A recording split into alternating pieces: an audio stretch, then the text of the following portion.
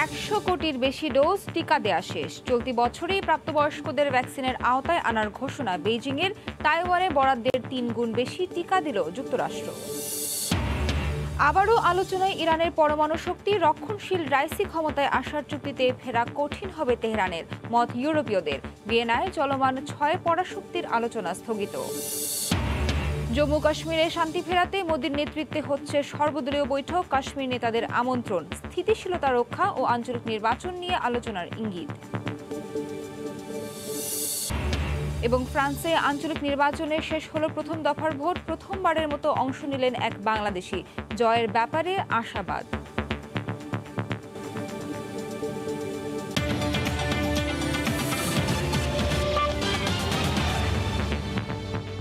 আন্তর্জাতিক সময়ের সঙ্গে আছি আমি নাবিলা সোহার। মহামারী করোনা প্রতিরোধে বিশ্বের মধ্যে টিকা প্রয়োগে সবচেয়ে এগিয়ে চীন।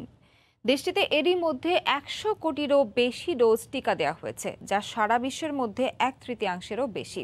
চলতি বছরেই প্রাপ্তবয়স্কদের টিকার আওতায় আনার ঘোষণা দিয়েছে বেইজিং। লম্বা লাইন দিয়ে টিকা নেয়ার এই দৃশ্যটি চীনের দক্ষিণাঞ্চলীয় গুয়াংজু শহরের। শুধু এই শহরে নয়, মহামারী করোনা মোকাবেলায় চীন জুড়ে টিকা নেয়ার এমন দৃশ্য এখন সচরাচরই দেখা মিলছে। করোনা সংক্রমণ সফলভাবে নিয়ন্ত্রণের পর দেশটিতে ধীরগতিতে টিকা কার্যক্রম শুরু হলেও রোববার দেশটির ন্যাশনাল হেলথ কমিশন জানায়, শনিবার পর্যন্ত চীনে 100 কোটির বেশি ডোজ করোনার টিকা দেওয়া হয়েছে, যেখানে বিশ্বে এখন পর্যন্ত টিকা দেওয়া হয়েছে 250 কোটি ডোজ। সরকারি প্রতিষ্ঠানটি আরও জানায়, চলতি মাসের শেষে সংখ্যাটি 140 কোটি পৌঁছাবে। এমনকি গেল মে মাসে দেশটিতে প্রথম ও দ্বিতীয় ডোজ মিলিয়ে প্রায় 50 কোটি টিকা দেওয়া হয়েছে। এরপর চলতি মাসে প্রতিদিন কয়েক মিলিয়ন করে মানুষ টিকা নিয়েছেন। এর মধ্যে করোনার উৎপত্তিস্থল হুবেই প্রদেশের উহানেই এখন পর্যন্ত 1,40,00,000 ডোজ টিকা দেওয়া হয়েছে। 18 বছরের উপরে যাদেরই বয়স, তাদেরকে টিকা নিতে নানা প্রচারণা চালাচ্ছে কর্তৃপক্ষ। গতকাল রাতেই টিকার জন্য আবেদন করি, আর আজকেই দ্বিতীয় ডোজ নিলাম। 140 কোটি জনসংখ্যা দেশটিতে করোনা মোকাবেলায় বেশ কয়েকটি টিকার অনুমোদন দেওয়া হয়েছে। চলতি বছরের মধ্যেই প্রাপ্তবয়স্কদের সবাই টিকার আওতায় আসবে বলে জানিয়েছে চীন সরকার। রাহানুল রানা, সময় সংবাদ। এদিকে তাইওয়ানে বরাদ্দের 3 গুণ বেশি করোনার টিকা পাঠিয়েছে যুক্তরাষ্ট্র। রোববার দেশটিতে 25 লাখ ডোজ মডার্না টিকা পাঠিয়েছে বাইডেন প্রশাসন। চীনের সামরিক হুমকির মধ্যে থাকা তাইওয়ানকে এর আগে 7.5 লাখ ডোজ টিকা দেওয়ার কথা ছিল। রোববার বোয়িং 777 ফ্লাইটে টিকা পৌঁছানোর পর তাইওয়ানের স্বাস্থ্যমন্ত্রী ও মার্কিন কর্মকর্তারা তা গ্রহণ করেন। টিকা পৌঁছানোর পরেই বাইডেনকে ধন্যবাদ জানিয়েছেন তাইওয়ানের প্রেসিডেন্ট।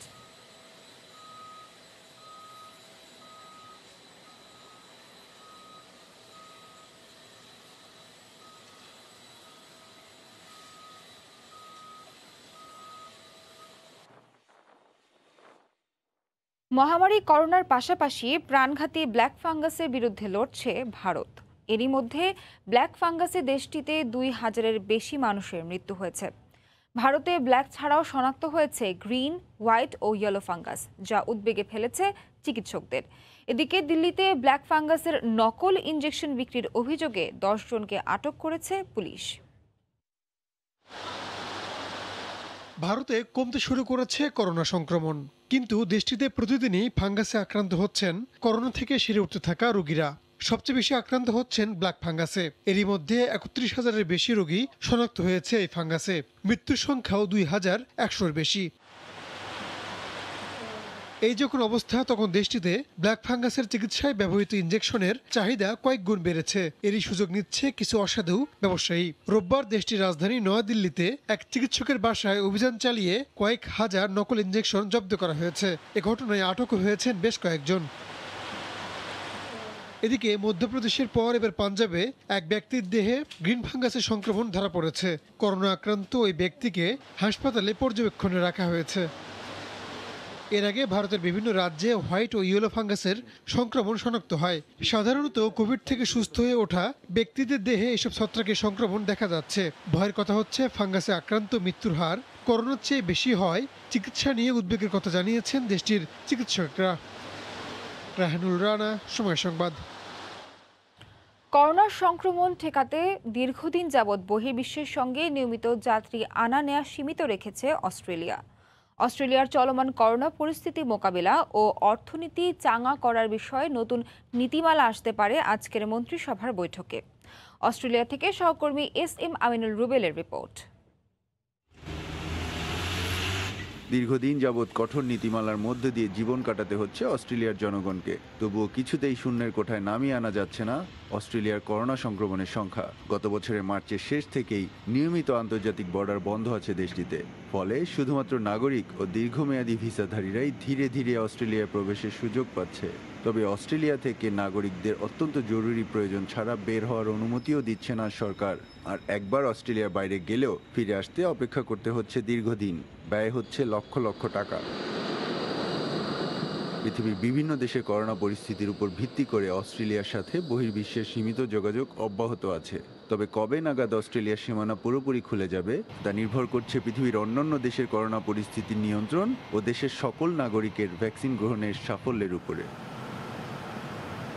স্বাস্থ্য মন্ত্রণালয় জানিয়েছে, পূর্ব নির্ধারিত সময়ের মধ্যে অস্ট্রেলিয়ায় করোনা ভ্যাকসিন প্রদান সম্পন্ন করা সম্ভব না হলেও আগামী বছরের শেষের দিকে পুরো অস্ট্রেলিয়াকে ভ্যাকসিনের আওতায় আনার সম্ভাবনা রয়েছে।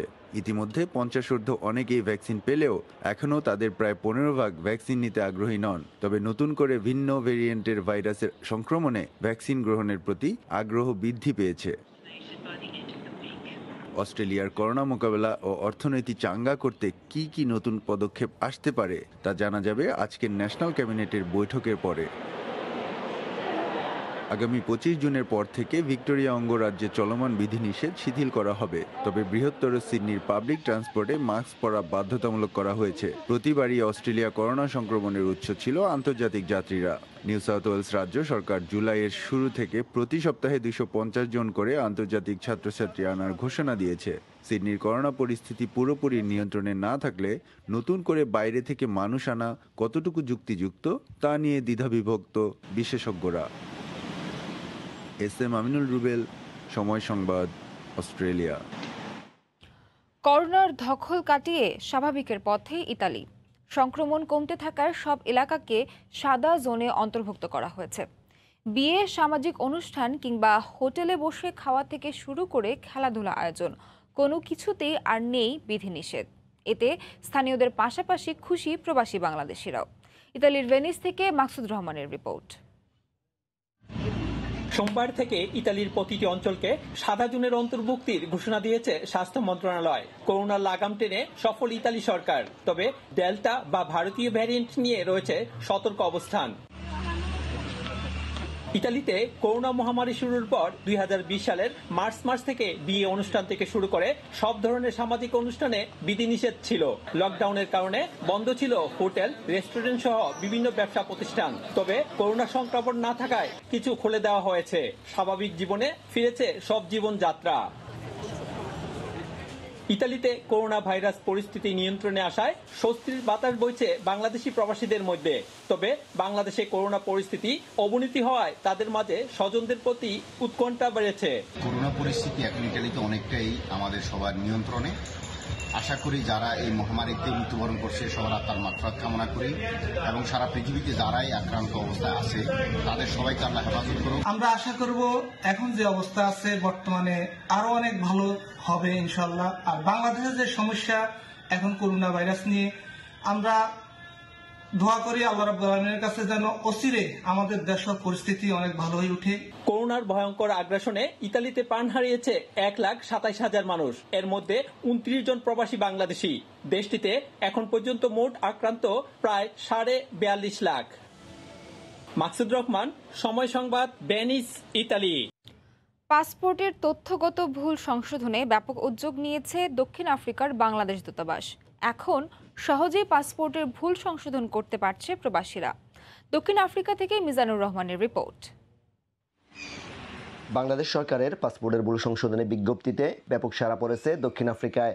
জোহান্সবার্গের স্মল স্ট্রিট, ব্লুমফন্টেইন, কেপটাউন সহ অন্য শহরগুলোতে সরাসরি পাসপোর্ট সেবা সহজ করায় দুর্ভোগ কমেছে প্রবাসীদের।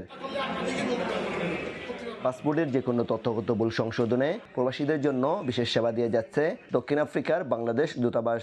আমরা সরকারের কাছে কৃতজ্ঞ যে সরকার শেষ পর্যন্ত আমাদের অনুরোধ রক্ষা করেছেন এবং সারা বিশ্বে বাংলাদেশিদের যাদের পাসপোর্টের তথ্য বিভ্রাট আছে, কোনো রকম তথ্যের অসঙ্গতি আছে, সেগুলি সংশোধন করার জন্য একটি সুযোগ দিয়েছেন। দীর্ঘদিন পর ভোটার আইডি, সার্টিফিকেট আর পাসপোর্ট সংক্রান্ত জটিলতা সমাধানের সুযোগ পেয়ে খুশি দেশটিতে বসবাসরত প্রবাসী বাংলাদেশিরা। এখানে আমরা অনেক দূর থেকে আসছি, এখানে পাসপোর্ট করার জন্য পাসপোর্ট অনেক সেবা পাচ্ছি।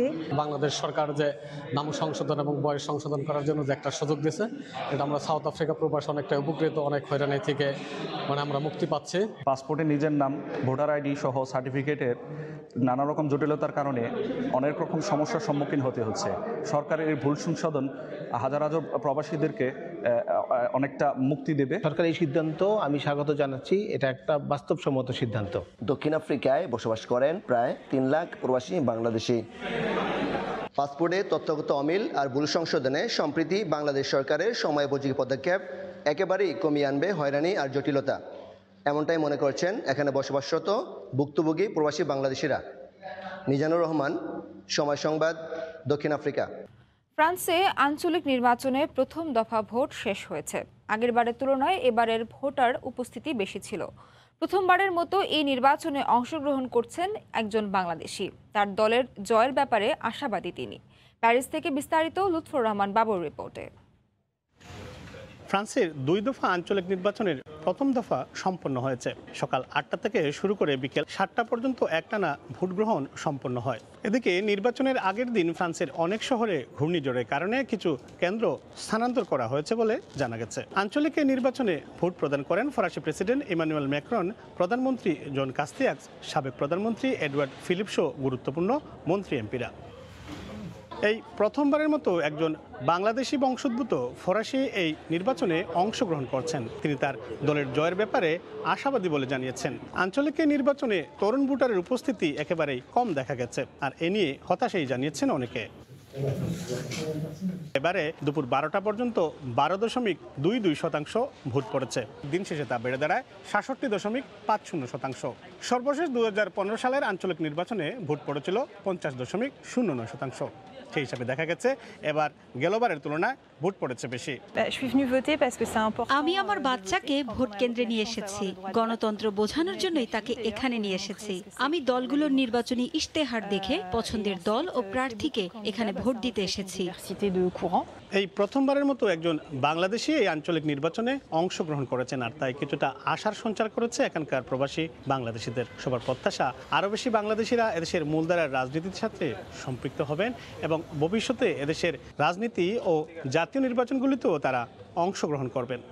মোহাম্মদ লুৎফর বাবু, সময় সংবাদ, প্যারিস। তীব্র দাবদাহে অতিষ্ঠ রাশিয়ার জনজীবন। দেশটিতে স্বাভাবিকের চেয়ে প্রতিদিনই তাপমাত্রা বাড়ছে 7 থেকে 10 ডিগ্রি সেলসিয়াস করে। বরফে ডুবে থাকা রাশিয়ায় এখন 30 ডিগ্রি সেলসিয়াসের ওপর তাপমাত্রা, স্বাভাবিকের তুলনায় যা 7 থেকে 10 ডিগ্রি সেলসিয়াস বেশি। এই তাপমাত্রাকে শীতপ্রধান দেশটিতে দাবদাহ বলা হচ্ছে। তীব্র দাবদাহের কারণে ঠান্ডা পানি, আইসক্রিম কিংবা ঝর্ণার উপরেই এখন ভরসা বাসিন্দা এবং পর্যটকদের। বিভিন্ন অঞ্চলের সুইমিং পুলগুলোতেও দেখা গেছে ভিড়। অন্যরকম আবহাওয়া চলছে দেশটিতে, বেশ গরম এখানে, একটু অস্বস্তিতেই আছি। সত্যি বলতে এটা একটা মিশ্র অনুভূতি। আমার কাছে ঘুরে বেড়ানোর জন্য সেরা আবহাওয়া।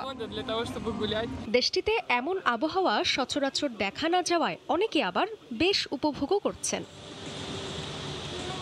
রাজধানী মস্কোতেও রোববার 35 ডিগ্রি সেলসিয়াস রেকর্ড করা হয়েছে। অতিরিক্ত তাপমাত্রায় অতিষ্ঠ সেখানকার বাসিন্দারা। দেশটির আবহাওয়া অধিদপ্তরের তথ্য মতে তাপমাত্রা আর সামান্য বাড়লে গত 50 বছরের রেকর্ড ছাড়িয়ে যাবে দেশটি। জান্নাতুল সাদিয়া, সময় সংবাদ। জানিয়ে দিচ্ছি আন্তর্জাতিক সময়ের শিরোনামগুলো। চীনে 100 কোটির বেশি ডোজ টিকা দেওয়া শেষ। চলতি বছরেই প্রাপ্তবয়স্কদের ভ্যাকসিনের আওতায় আনার ঘোষণা বেইজিংয়ের। তাইওয়ানে বরাদ্দের 3 গুণ বেশি টিকা দিল যুক্তরাষ্ট্র। এই ছিল আন্তর্জাতিক সময়ের সঙ্গে থাকুন সময়ের।